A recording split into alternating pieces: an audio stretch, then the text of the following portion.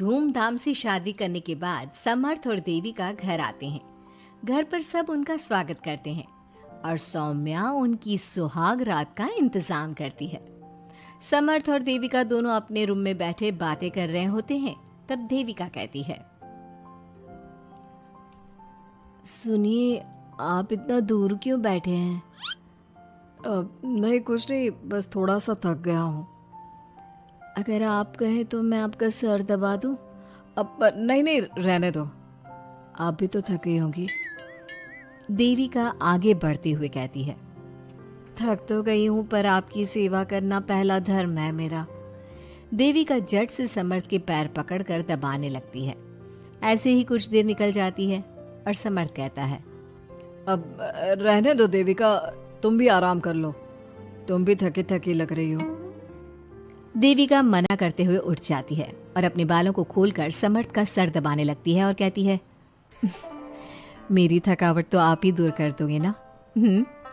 इतना कहकर देविका अपने खुले बालों को समर्थ के ऊपर डालती है।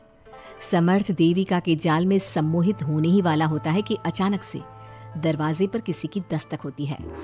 समर्थ आवाज लगाते हुए कहता है, कौन? भाई, मैं हूँ सौम्या। क्या है सौम्या?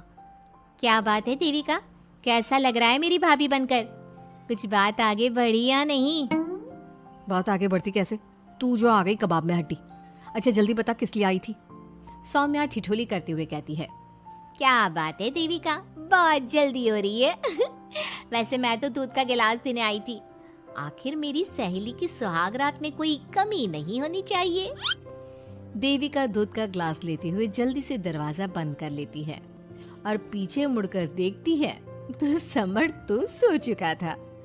देविका समर्थ को उठाते हुए कहती है, सुनिए समर्थ जी, उठ जाइए ना, सौम्या दूध देने आई थी, इसे पी लीजिए फिर आप सो जाना।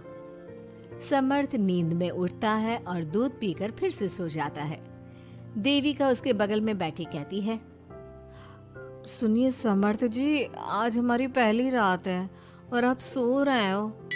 समर्थ नींद में ही कहता है, देविका मैं बहुत थक गया हूँ, मुझे बहुत तेज नींद आ रही है, तुम भी सो जाओ। सोने के लिए तो पूरी रात पड़ी है, आप उठिए ना और कुछ देर मुझसे बात तो करिए। देविका जिद करते हुए समर्थ को आधी नींद से उठा देती है। समर्थ उठकर बैठ जाता है और कहता है, बोलिए देविका जी, आपका हुक्म सर आंखों पर। सुनिए, मैंने सुना है कि पति अपनी पत्नी को पहली रात कोई तोहफा देता है। आप मेरे लिए कुछ नहीं लाए क्या?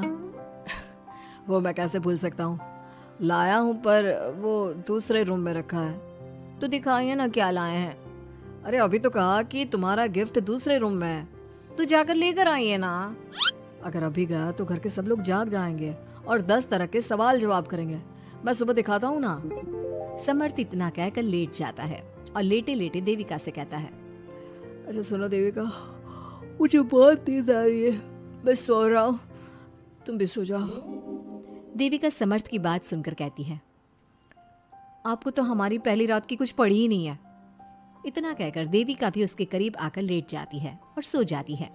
अगली सुबह अधीरा समर्थ के रूम में सफाई करने आती है और देविका को उसके करीब लेटा देख रोने लगती है। रोने की सिसकी सुनकर समर्थ की आंख खुल जाती है। वो उठकर देखता है कि अधीरा उसके कमरे में रो रही है। उसे देखते ही समर्थ बहुत गुस्से में आ जाता है और अधीरा से कहता है, अधीरा, तुम सुबह सुबह क्यों रो रही हो? तुम्हें यहाँ नहीं आना चाहिए था, जाओ यहाँ से। समर्थ अधीरा का हाथ पकड़कर रूम के बाहर कर देता है और कहता है, अब बिना दरवाजा नॉक किए अंदर मत आना।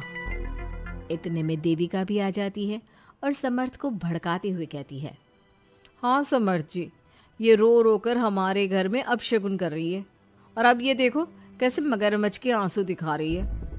इतना कहकर देविका अधीरा का हाथ पकड़कर घसीटती है और कहती है, अब क्या रोती रहेगी या कुछ काम भी करेगी? मुफ्त में रोटियां तोड़ने को नहीं मिलेगी यहाँ पर, चल उठ यहाँ से और कुछ काम कर।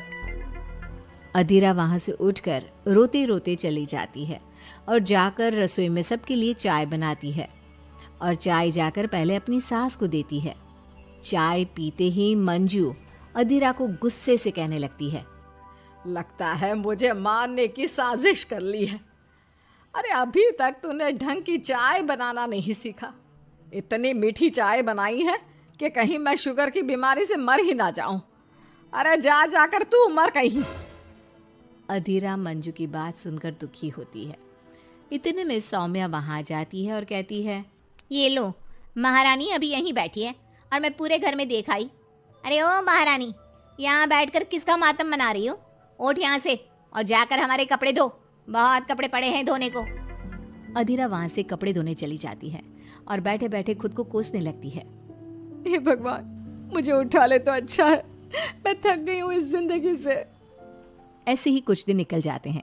अब समर्थ भी अपने काम पर जाना शुरू कर देता है। एक शाम अधीरा घर के सारे काम करके अपने रूम में आराम कर रही थी और मंजू अधीरा को आवाज लगाते हुए कहती है, अरे ओ कलमुही, अगर आराम हो गया हो तो आकर मेरे पैर दबा दे। देविका उस समय वहीं से गुजर रही थी और समर्थ का घर आने का टाइम देखकर देविका मंजू से कहती है, माँ जी सुनिए, आप कहें तो मैं दबा दूं आपके पाँव। पता नहीं अधीरा कहाँ है। देविका मंजू के पांव दबाने बैठ जाती है और कुछ ही टाइम बाद समर्थ भी वहां आ जाता है और देविका को माँ के पांव दबाते देख बहुत खुश होता है। वो सीधे अपने कमरे में चला जाता है। समर्थ को देख मंजू देविका से कहती है, अच्छा सुन, जा जाकर खाना लगा दे। और समर्थ थक कर आया है ऑफिस से, जाकर उसे पानी को पूछ ले। देविका उठकर समर्थ के लिए खाना लगा देती है और रात में समर्थ और देविका सोने की तैयारी करते हैं। समर्थ कहता है, अच्छा देविका सुनो ना, मेरे पास आकर बैठो जरा।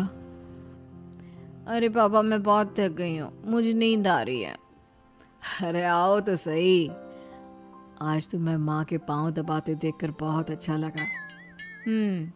अच्छे क्यों नहीं लगेगा भला?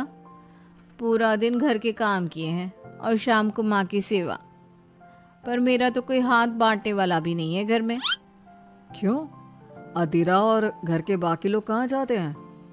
अधीरा की तो बात ही मत करो, वो महारानी तो बस मटर गश्ती करती रहती है और घर का सारा काम ना मुझे ही करना पड़ता है। मेरी तो किसी को पड़ी ही नहीं है, मैं तो सिर्फ एक नौकरानी हूँ इस घर में। अरे नहीं, ऐसा मत बोलो। क्यों ना बोलूं?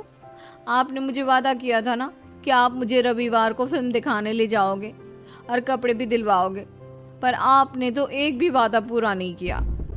अच्छा बाबा, कल रविवार है, कल ही चलते हैं और तुम्हारी सारी शिकायत दूर कर देते हैं। खुश। दोनों सो जाते हैं और अगली सुबह समर्थ और देविका बाहर घूमने चले जाते हैं। अब समर्थ पूरी तरह से देविका के वश में हो जाता है। देविका जो कहती समर्थ वही करता। क्या समर्थ को कभी अपनी बहन और दूसरी पत्नी की सच्चाई पता चल पाएगी? अब क्या होगा अधीरा का? इसके लिए हमारे अगले एपिसोड का इंतजार कीजिए।